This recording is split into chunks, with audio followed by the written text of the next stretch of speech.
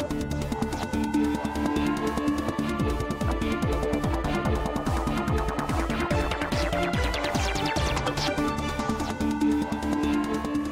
to The Economy magazine at I-24 News, where we provide a daily view on the world markets and the global economy. I'm Natalie Ehrlich. Well, coming up today, an Israeli company is helping people challenge the Amazon review model. And Iranians wait anxiously for the arrival of foreign goods and brands. Let's start now with the headlines. Well, Asian markets diverged Wednesday. Japan's Nikkei up almost 2%, while China's Shanghai posting its biggest drop in 5 weeks, down as much as 4.6%. China's Hang Seng also saw declines, 0.37%. As for Europe, equities there were higher in a choppy day of trading. By the early afternoon, London's FTSE was up 0.54%. Germany's DAX up 0.83%, and France's CAC up 0.70%.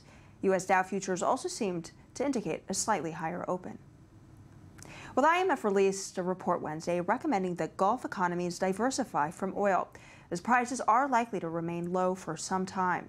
Still, the IMF indicated that oil-rich monarchies, such as Saudi Arabia, remain in a strong position to make adjustments thanks to their large financial reserves.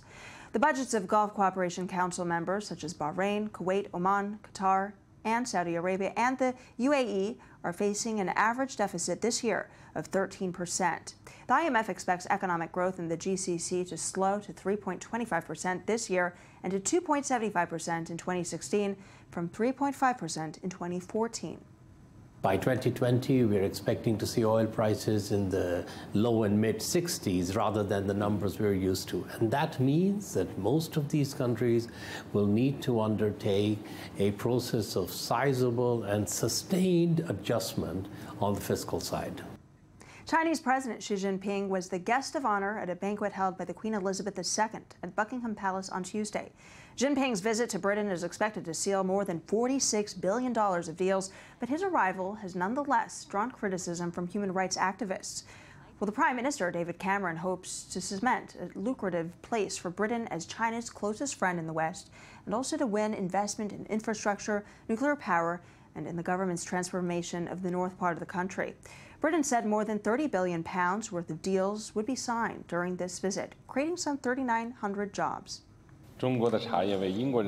Communication between China and British culture has not only enriched these two civilizations and driven social progress, it has also made a great contribution to human progress. Canada's Prime Minister-designate, Justin Trudeau, apparently told the U.S. president his intentions now to break from the environmental policies of his predecessor. Trudeau could face an early test with the Obama administration when his government makes a decision now on whether to approve the controversial Keystone Pipeline. Well, Obama may still veto Keystone, but Trudeau has vowed to repair cool ties between Ottawa and Washington. I look forward to demonstrating that we have a Canadian government now that understands that the way to build a strong economy is to protect and defend our environment at the same time.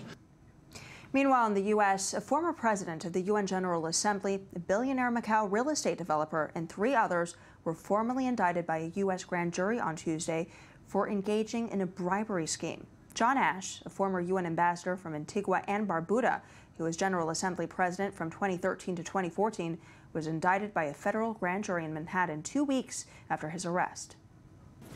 The complaint alleges that 4 defendants, representing business interests in China, paid at least $1.3 million in bribes to a man who was then the president of the United Nations General Assembly and the permanent representative to the UN from Antigua. His name is John Ashe. Greece and its international creditors began talks on Wednesday to assess the country's compliance with the terms of its €86 billion bailout. Athens had to agree to key reforms in order to receive those funds, and EU officials and the IMF are now reviewing its accordance with those terms before it's eligible for a payment of €3 billion. The amount is part of an initial loan tranche of €23 billion, which includes $10 billion already disbursed to Greece and $10 billion set aside to cover bank recapitalization costs. We will not make horizontal pension cuts like the previous government did. Our aim is a streamlined system so that we can ensure its viability, pay dignified pensions, and secure pensions for the next generation. Credit Suisse announced plans on Wednesday to slash costs and also to raise fresh capital, some 6 billion francs, which is roughly $6.3 billion. The news follows a set of disappointing quarterly results. Credit Suisse said it would restructure its investment bank and significantly cut the amount of capital allocated to the business. That will be coupled by a proposed rights offering of about 4.7 billion francs to raise capital and a private placing of roughly 1.35 billion francs. Well, Israeli firm Fiverr in the news. Apparently a significant number of customers are now using its platform against the company's own terms of use to write fake reviews. Amazon is taking exception. ABC's Rebecca Jarvis has this story. They help you decide where to eat, what to buy, even which retailers to trust. Sellers on Amazon have said that a good review can make or break their product. If they have a low-starred ranking, then it can totally just knock them out of the running. But turns out it's actually some of those reviews you shouldn't trust. Tonight, Amazon is suing more than 1,000 individuals for writing fake reviews, allegedly offering their services on the online marketplace Fiverr.com using ads like this one, promising an awesome 5-star review for just $5. And just look how easy they are to find. I go on Fiverr, type in Amazon reviews, and just like that, dozens of people offering to write a review for $5. Fiverr says it actively removes services that violate our terms of use. So how can you spot the fakes? Beware of corporate lingo like full brand names, model numbers, and discount codes and links. Look for ranting phrases like does not work or hate it. Negative reviews can also be fakes. Rebecca Jarvis, ABC News, New York. We're joined on Skype now from London for another perspective on the economic realities of the latest violence in Israel and the West Bank. We have Mudar Zahran, Secretary General of the Jordanian Opposition Coalition. Thanks very much for being with us. Thanks for having me. Well, why the violence now? There was no meaningful uptick in West Bank violence during the last Gaza war, so why now? Okay, well, the answer is not short. I wrote a report for the Jewish press exactly a year ago warning that there will be another intifada. I've warned that Jordan's king and Abbas, the PA president, were in a very fragile position, and they wanted to mobilize an intifada to keep themselves in power. This explains why we never had any problems in 2014 when the Operation Revenge was at the helm, and suddenly out of nowhere we're having problems now. In short, I can just quote what the Israeli government has said.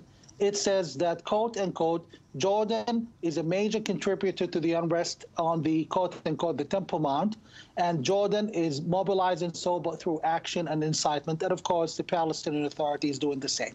All right. Well, some people really direct this to the loss of hope that Palestinians feel. Is it really the economic conditions and this loss of hope that is driving this increase in violence? Well, I didn't think one of our young men who stabbed an Israeli and was shot at Ras Al Amud, who can be seen in photos with his dad's brand new Mercedes and an Xbox, I didn't think he didn't have much hope. Most of the attacks come from Jerusalem. Our people, the Palestinians and Jordanians in Jerusalem, are living the high life. They have the Laomi, the security, social services from Israel. They enjoy best word. They pay less taxes and they get full Israeli benefits. No, they're financially they're better than 99% of Arabs. So it's not economic. It's not economics by any chance. All right, but could it perhaps be the disparity of socioeconomics between Israeli Jews and Arab Israelis? Could that be driving that? Arab Israelis live better off, much better off than Jewish Israelis, because, you know, we work out the system in Israel much better than our Jewish friends do, and we manage actually to prosper through having so many kids and a generous welfare system of the Israeli government. So it's not economics by any chance. It's not economically driven. It's all incitement and methodology, and mythology of ideology from the Palestinian government, the Palestinian Authority, and the Jordanian government through its media and affiliates. Allow me to note just one economic thing. one of the main reasons the Intifada is survivable. You should possibly ask me the question, why? How can they go on without work? The streets are empty in Jerusalem. Palestinian and Jordanian taxi drivers, and by the way, all Palestinians in Jerusalem have a Jordanian passport, in case you didn't know. Those people are simply still surviving. Reason is, we have confirmed information through the Jordanian coalition of opposition, and we have documents to document that basically they pay an average of 4,000 shekels a month for youngsters to participate in the Intifada. Now, does this mean that all of those who go out get money? Absolutely not. But the motivators, the inciters, are being well taken care of by both the Palestinian Authority and the Jordanian government through, this is not a theory, this is a fact, through so-called rich Palestinian businessmen in Hebron. All right. And yeah. Well, thank you very much for bringing that insight to us. Very much appreciate it. Mudar Zahran, we do appreciate it. Moving on now, the landmark deal with Iran signaled a wave of optimism for that country, but the economic benefits have yet to arrive. Though a nuclear deal was signed between Iran and 6 world powers over the summer, economic relief has not come soon enough for the residents of Tehran. My business is even worse than last year, when we had customers despite the sanctions. Now the sanctions seem to be lifted, but prices are still increasing and people's incomes are falling. No one would like to buy. Iranian officials are warning of economic stagnation as consumers hold off on purchases of domestic goods while they await for international brands to arrive. Since the deal, Iranian manufacturers have seen growth in sales prices fall far behind inflation and a slowdown in consumer spending as warehouses fill with unsold goods. Last Sunday, 90 days after the signing of the deal, was Adoption Day, which required Iran to put new safeguards in place on its nuclear program, and the West to lift a great deal of sanctions. Sure, I hope the sanctions will be lifted, but to be honest, we're not that optimistic. We always live under various pressures. On Saturday, Iran promised to cut interest rates in an effort to boost consumer spending. Officials have warned that the economy could experience zero growth or even enter recession this year.